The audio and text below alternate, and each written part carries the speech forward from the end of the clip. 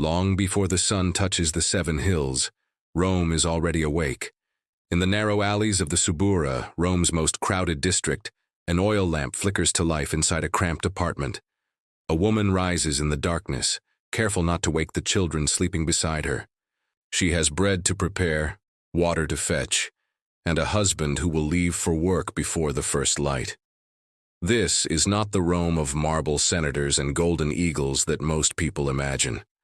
This is the Rome that made up the overwhelming majority, nearly 1 million people crammed into narrow streets and wooden tenements. These tenement buildings, known as insulae, could rise 5, 6, sometimes 7 stories above the street, built quickly and cheaply. Roman authorities eventually passed laws limiting height in response to a history of building collapses and devastating fires.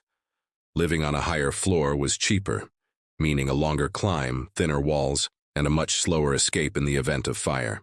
Across the city, in a grand villa on the Palatine Hill, a very different morning begins. A wealthy senator is roused by a slave whose sole duty is to wake him at the correct hour. Warm water is already prepared for washing.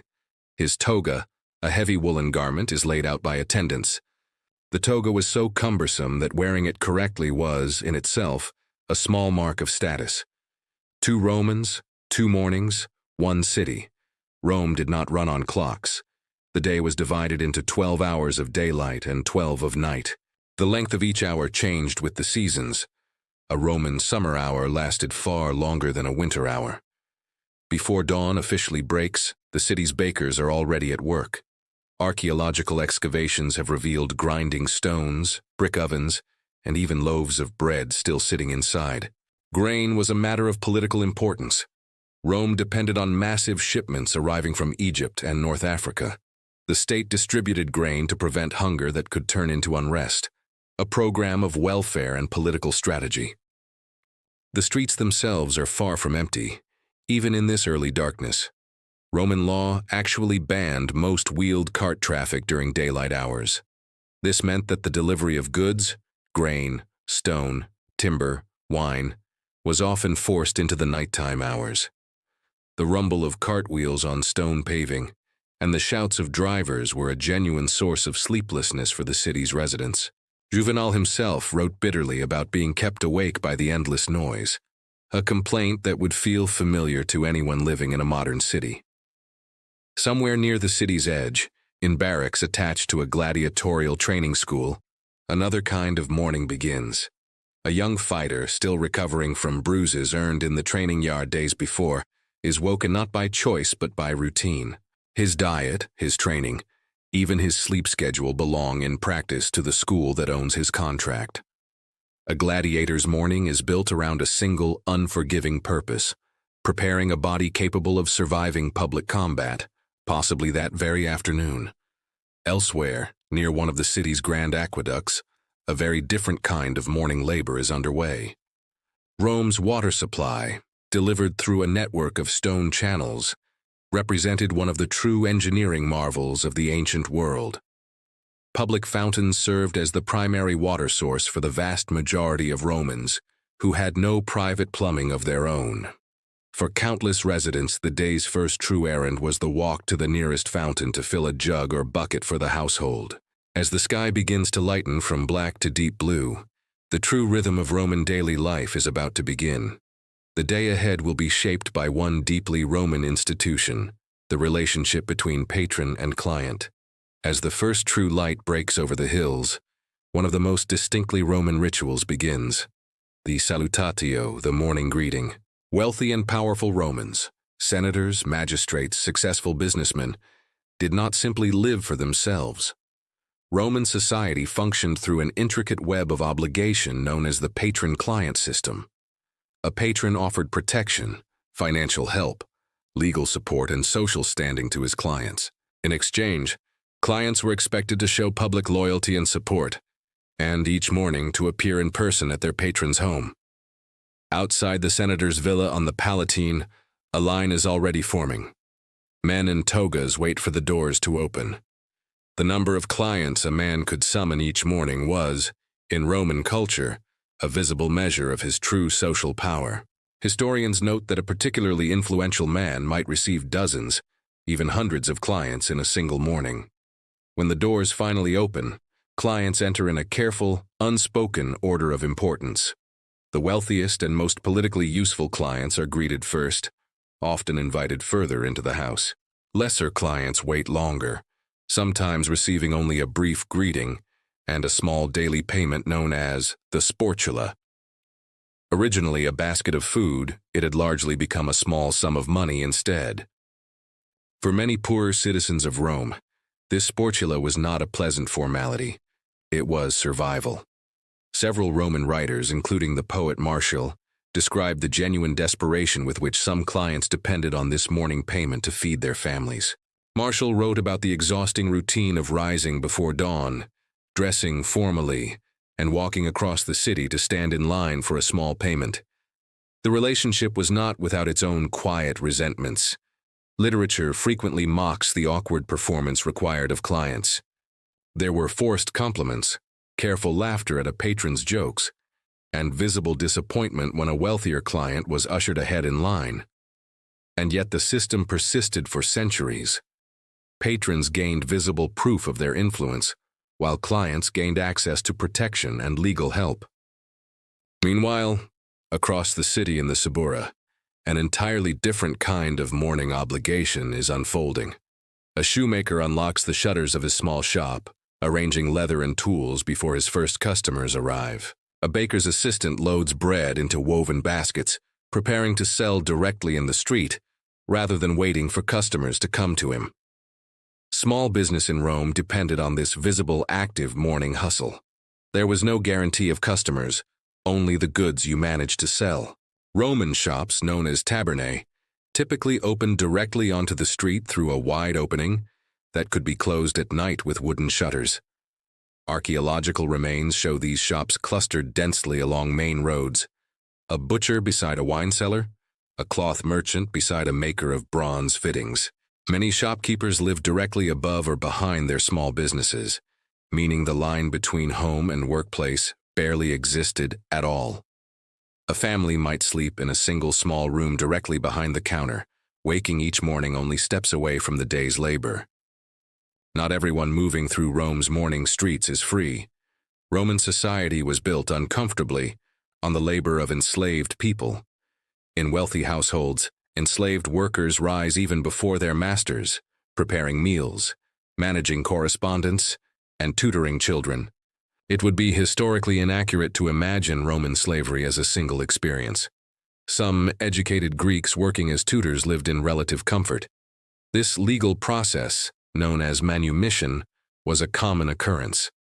A freed slave, or libertus, gained citizenship and could build their own business. A freedman could own property, and even see their own children rise to full and unrestricted social standing within a single generation.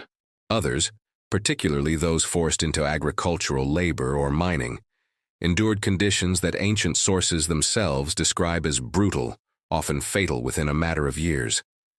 Historians studying Roman social structure are careful to emphasize this range. Roman slavery was not one experience, but many, shaped almost entirely by chance and by the particular household one belonged to. For a child born into slavery in a wealthy Roman household, that same morning might mean careful education alongside the family's own children, since a well-trained enslaved secretary or accountant represented a genuinely valuable long-term asset. For a person purchased and sent to work in the silver mines of Spain, that same morning offered little beyond exhausting, dangerous labor, and a life expectancy that ancient writers themselves acknowledged as tragically short. Both of these people were, under Roman law, considered property rather than persons, a legal reality modern audiences may find difficult to reconcile. As the morning greeting rituals wind down and the sun climbs higher, the true public life of Rome begins to spill into its streets. By mid-morning, the Roman Forum is at its absolute peak of activity, and to stand within it is to stand at the literal center of the known world. Towering marble buildings rise on every side, temples to Jupiter and Vesta, basilicas for proceedings, and the rostra, the platform for powerful speeches. Political announcements are read aloud here. Trials are argued here. Fortunes are made and lost here, often within the space of a single conversation. The noise of the forum is, by every surviving account, overwhelming. Vendors shout prices. Lawyers argue cases loudly enough to be heard over the crowd. Political candidates campaign publicly for votes, sometimes accompanied by hired supporters whose sole job is to cheer enthusiastically on command. Nearby, in the shadow of these grand buildings, ordinary commerce continues at full volume, reflecting an empire that stretched from Britain to Persia. Merchants offer olive oil from Spain, wine from Gaul, silk from China, and exotic animals destined for the arena. Archaeological evidence confirms that Roman commerce operated across distances and volumes that would not be matched again in Europe for over 1,000 years. A wealthy Roman household might use spices from India, tableware from Gaul, and grain from the Nile, all without traveling beyond the city. A butcher's stall displays cuts of meat hanging in open air. Refrigeration, of course, did not exist, and meat was prepared the same day. Fish, kept alive in tanks of seawater whenever possible, was a luxury, and wealthy households paid extraordinary sums for rare specimens. Currency moved through this market in various forms, from small bronze coins for daily purchases to silver and gold for larger transactions. Roman coinage, stamped with the image of the reigning emperor, served as a portrait of their ruler for citizens living far from the capital. Amid all of this commercial energy, the ordinary business of Roman law and government continues without pause. Roman citizens involved in legal disputes gather near the basilicas, where cases were argued publicly, often before large crowds. Roman law, remarkably sophisticated for its era, would influence legal systems across much of the world for the next 2,000 years. Not every conversation in the forum concerns politics. This is also, fundamentally, a place of gossip, rumor, and social connection. News from distant provinces, delivered by messenger or returning soldier, spreads through the forum with remarkable speed. A victory on a distant frontier or a scandal within a noble family, all of it moves through this single crowded space. Public notices carved or painted onto whitened boards known as album were displayed prominently for anyone able to read. A significant portion of Rome's urban population, including shopkeepers, possessed functional reading ability for navigating this complex city. Amid the crowd, public scribes set up stalls, offering their services to compose legal petitions or business contracts for a fee. For a Roman citizen, this was an ordinary, unremarkable transaction, as common and necessary as visiting the butcher or the baker. As the sun climbs toward its highest point, daily life shifts away from business and toward a distinctly Roman institution: the baths. By midday, the baths open. These enormous complexes combined the functions of a gym, a spa, and a genuine public square. Entry cost only a small fee. A wealthy senator and a modest shopkeeper might bathe in the same pool on the same afternoon. Bathers typically began in the exercise yard, where wrestling or ball games warmed the body before moving to rooms of increasing heat. From a warm room to a hot room filled with steam, visitors finally plunged into a cold pool to refresh the body. Bathhouses were heated using the hypocaust, a network of spaces beneath the floor through which hot air from furnaces circulated. Archaeological remains confirm this pattern, offering clear physical evidence of just how advanced Roman heating technology genuinely was. But the baths were never simply about hygiene. This was where business deals were quietly finalized, where political alliances were discussed away from the formality of the forum, and where ordinary citizens caught up on the latest gossip circulating through the city. Surviving Roman writing frequently mentions the sheer noise of the baths, shouting, splashing, and the cries of food vendors moving between bathers, and, according to at least one famous complaint from Seneca, the groans of men receiving vigorous massages a little too enthusiastically nearby. Enslaved workers were essential to the operation of every bathhouse, tending furnaces, providing oils and scrapers used to clean the skin, and assisting bathers who could afford personal attendants.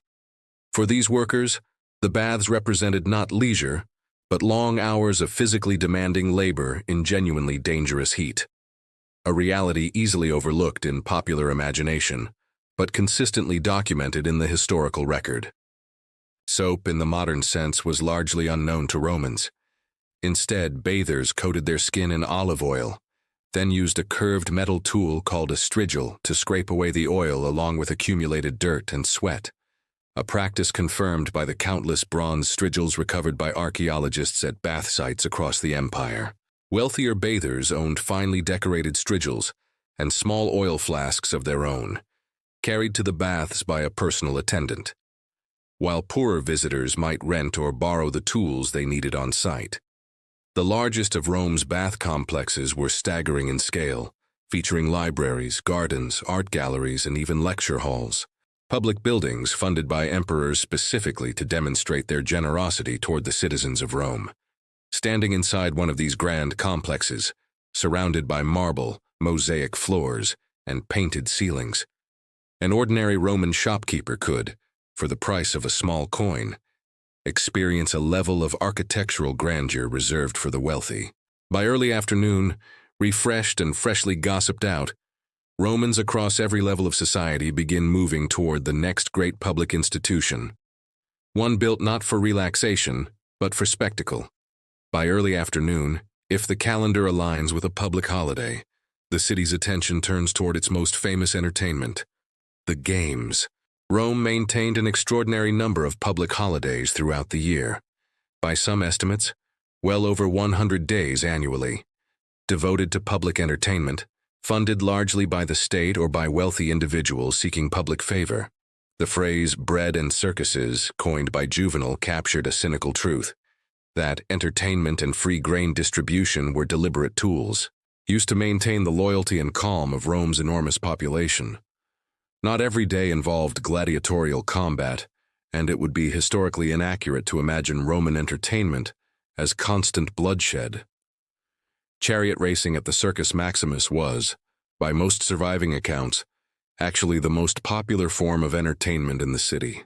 The circus itself could hold over 100,000 spectators at once, a figure modern historians consider genuinely plausible. On days when gladiatorial games were held, the experience was elaborate and highly organized. Gladiators were not simply condemned criminals. Many were highly trained professional fighters, some enslaved, some surprisingly free men, drawn by fame, prize money, or simple desperation. Training took place in specialized schools. Fighters received a nutrient-rich diet and, remarkably, some of the most advanced medical care available anywhere in the Roman world. Beyond the arena floor itself, the games represented an enormous logistical undertaking. Wild animals, lions, leopards, bears, and species even more exotic, were captured and transported across the empire at extraordinary expense, sometimes from provinces thousands of kilometers from Rome, specifically for a single morning. Of staged hunts known as venationes, which typically preceded the afternoon's gladiatorial combat. Historians studying the ecological impact note that the demand for exotic animals was significant enough to measurably affect wildlife populations in parts of North Africa over the following centuries. It is worth stating clearly, not every gladiatorial match ended in death. Historians believe that fatal outcomes, while real, were not necessarily the default expectation. Trained gladiators represented a significant financial investment. Their owners had real economic incentive to keep skilled fighters alive. That said, death remained an ever-present possibility, and the audience's appetite for danger was real.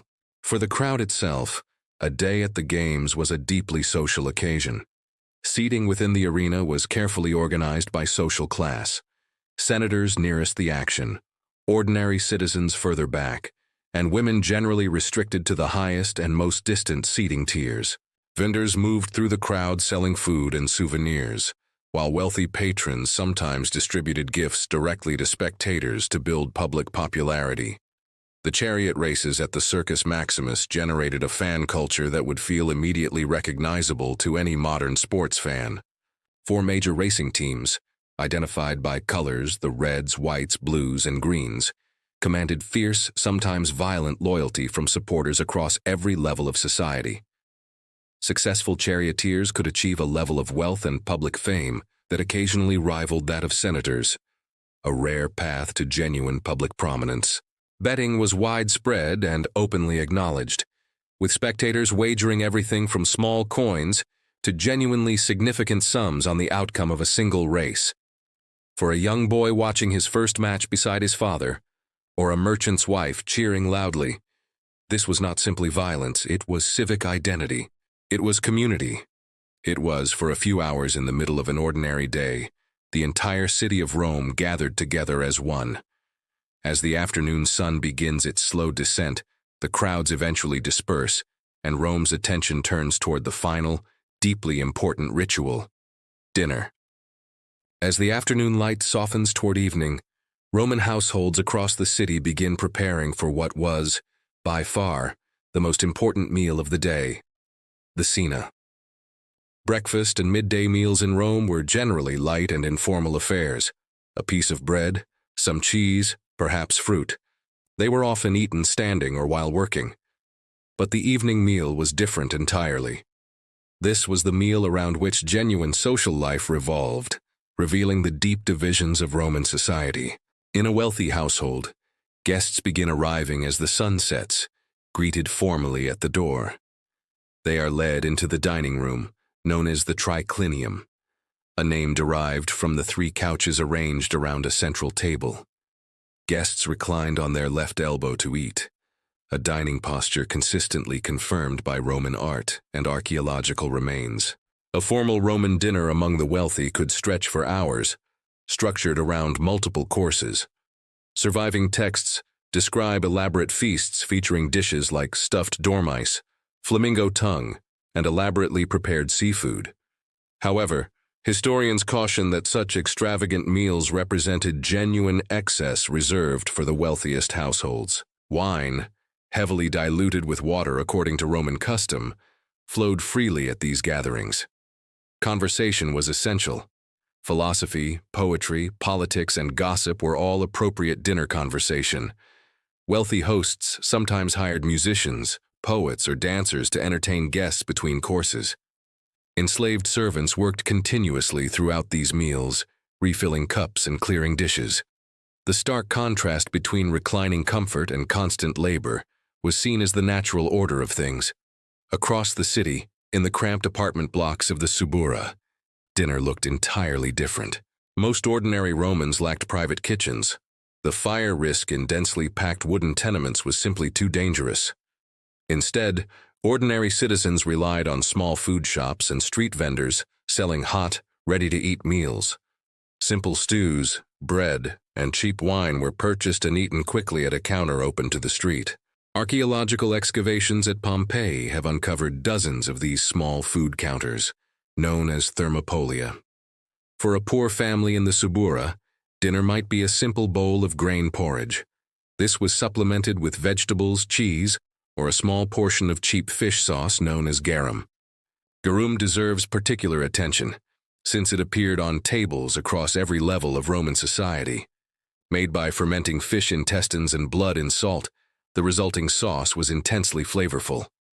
Price lists from Pompeii show it was available in a range of qualities, from low-grade to rare, prized vintages. Meat, by contrast, remained a genuine luxury for most ordinary Romans, reserved largely for public festivals when sacrificial animals were distributed to the crowd, or for special family occasions. The typical daily diet for most of Rome's population centered overwhelmingly around grain, in the form of bread or porridge, supplemented with vegetables, legumes, olive oil, and whatever cheap protein, fish sauce, small amounts of cheese, occasionally eggs, a family could reasonably afford.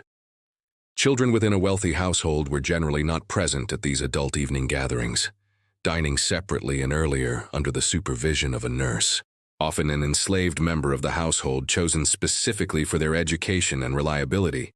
In poorer families, by contrast, the entire household ate together. Parents, children, sometimes extended relatives sharing the same cramped rooms, simply because there was no space and no household staff to allow for anything else. In this particular respect, ironically, the daily family life of Rome's poorest citizens, may have looked somewhat more familiar to modern eyes than the rigid formality practiced in the grand villas above them. Two very different dinners, two very different Romes. And yet, as darkness finally falls completely over the city, both the wealthy senator and the struggling shopkeeper are about to experience something that made surprisingly little distinction between rich and poor, the genuine danger of Rome after dark. When true night falls, the character changes entirely. Without any meaningful public street lighting, Rome's streets after dark became, according to numerous surviving Roman accounts, genuinely dangerous places.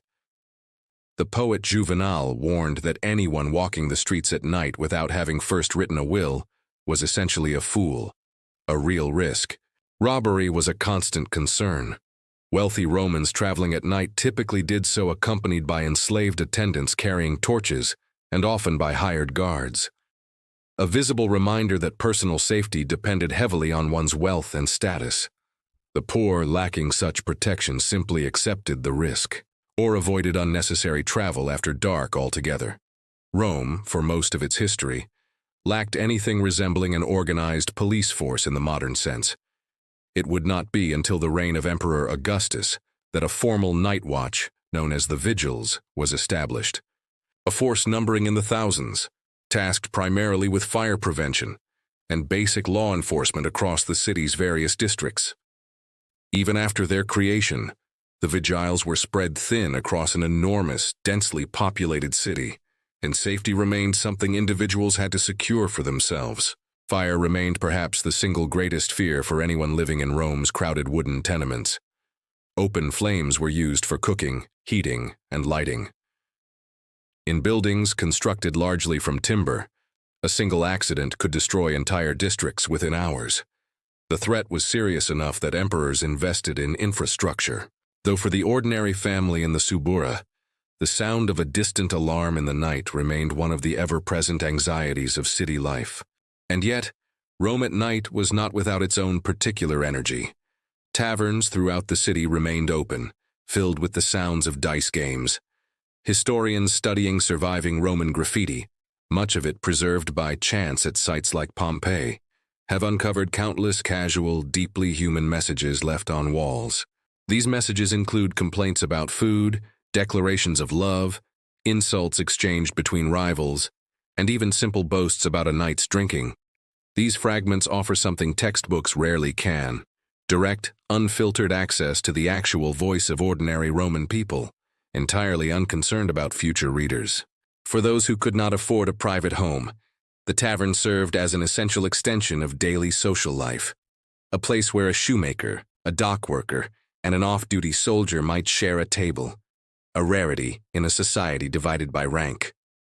In the wealthy villa on the Palatine, the senator's household begins its own final rituals of the evening. Doors are secured. Household slaves see to the final duties of the day before retiring to whatever modest sleeping space has been allotted to them. The senator finally retires for the night, secure in a level of comfort that the vast majority of Rome's population could never hope to experience. Across the city, in the cramped apartment in the Subura, the family that woke before dawn finally settles in for what little rest the night allows. Tomorrow will bring another day of the same essential rhythm: work, obligation, survival, largely unchanged by the grand political institutions nearby. This was Rome, not simply the marble monuments and triumphant emperors, but a complex society of nearly 1 million people, each living a complete life. The senator and the slave, the merchant and the gladiator, the mother in the Subura and the wife on the Palatine. All of them lived through this single ordinary day that built and sustained an empire shaping law, language, and architecture for 2,000 years. Rome eventually fell. Its emperors are gone. Its legions marched their final march centuries ago. But somewhere beneath the modern streets, the fragments remain: a scratched insult on a tavern wall, a child's footprint pressed into ancient clay. Ordinary lives, waiting quietly for someone willing to relive them.